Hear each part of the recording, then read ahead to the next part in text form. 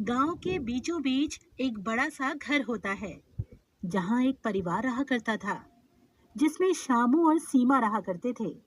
श्यामू के घर में उसके माता पिता और उसका बड़ा भाई भी अपनी पत्नी के साथ रहा करते थे। श्यामू का बड़ा भाई राजीव शहर की एक बड़ी कंपनी में काम किया करता था, इसलिए उसका रहन सहन भी वैसा ही होता है।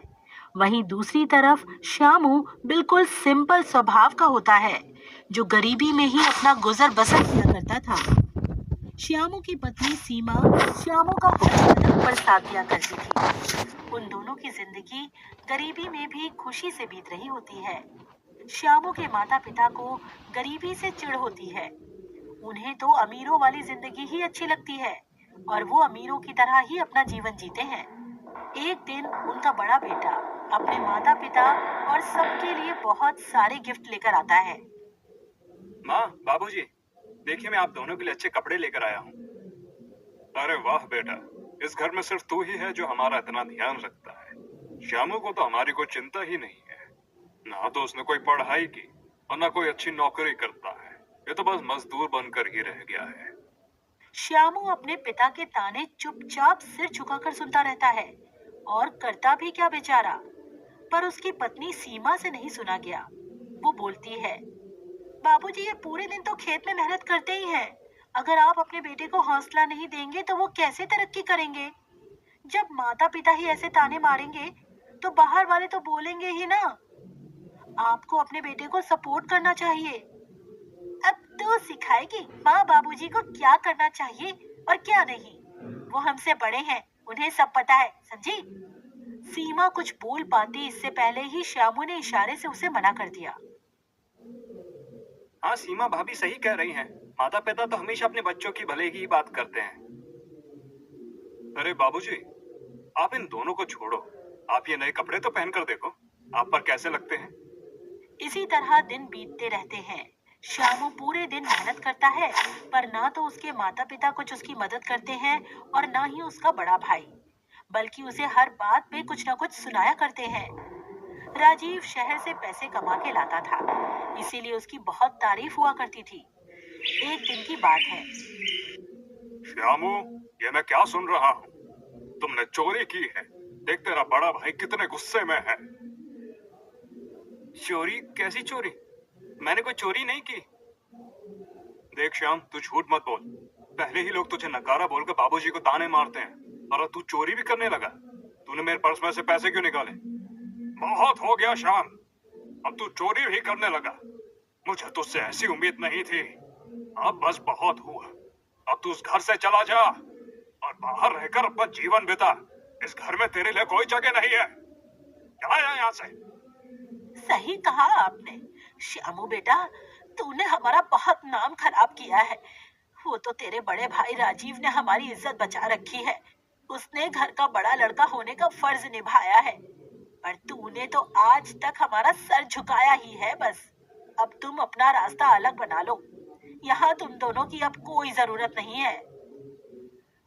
अपने माता पिता से ऐसी बातें सुनकर श्यामू और सीमा का दिल टूट जाता है। वो जानते थे कि उनके पास और कहीं कोई ठिकाना नहीं है, लेकिन फिर भी वो अपने माता पिता की बात मानकर घर छोड़ने का फैसला कर लेते हैं। माँ, बाबूजी, आप लोग मेरे भले के लिए ही ये सब कर रहे होंगे। अपने माता पिता की आज्ञा मानना मेरा फर्ज है। चलो सीमा, चलते हैं। दोनों घर से निकल जाते हैं। श्यामू और सीमा गांव से बाहर एक टूटी फूटी झोपड़ी किराए पर लेकर रहने लगते हैं। अब उनके पास खाने पीने के लिए भी बहुत कम सामान होता है। देखा जी आपने, अपना तीर सीधा जाकर निशाने पे लगा है। अब वो नकारा श्यामू हमारे रास्ते से हट गया, समझो। सही कहा तुमने। बस बाबूजी को पता मत चलने देना। वहीं दूसरी तरफ श्यामू उदास बैठा होता है।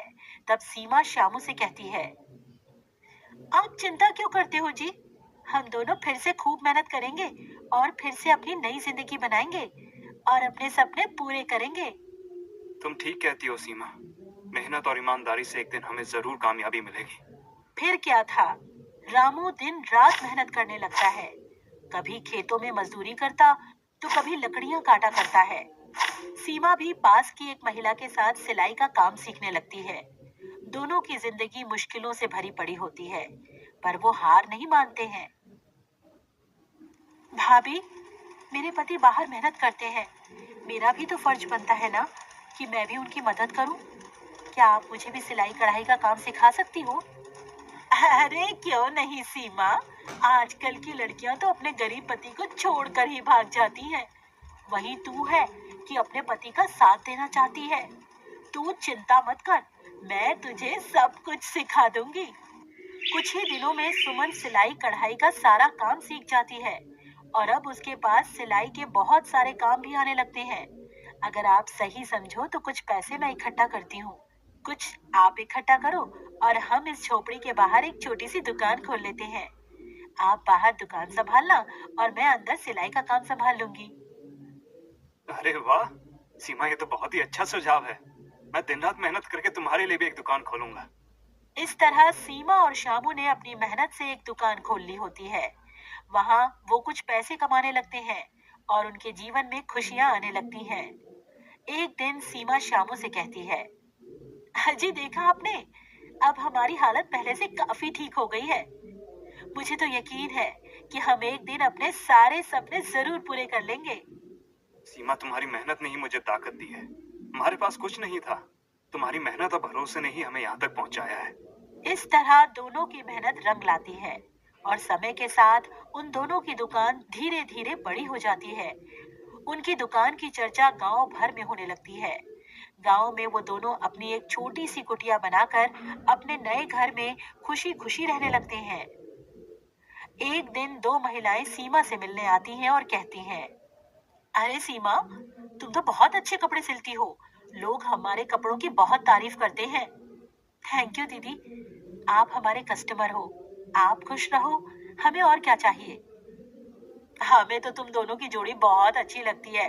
तुम्हारा पति तो दुकान में दिन रात मेहनत करता ही है। तुम भी अपने पति के साथ कंधे से कंधा मिलाकर उसका साथ देती हो। ऐसी लड़की आजकल कहाँ मिलती है।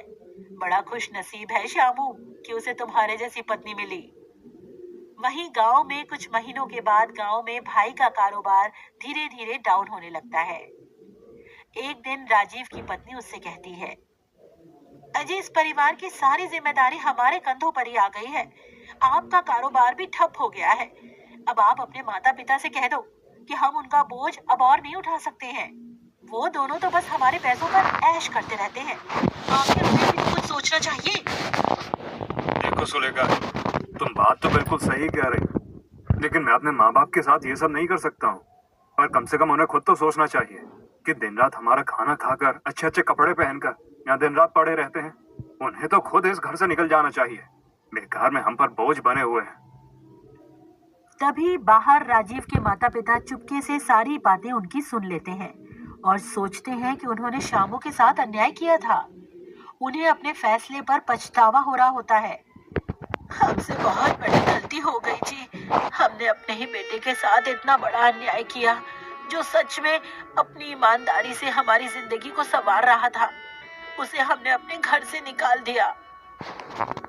तुमने बिल्कुल सही कहा। हम राजू को कुछ भी बोल देते थे तो वो हमें उल्टा जवाब नहीं देता था। बस सर नीचे करके हमारी बातें सुनता रहता था। मेरे सारे तानों को मेरा बेटा सर झुका के सुनता रहता था।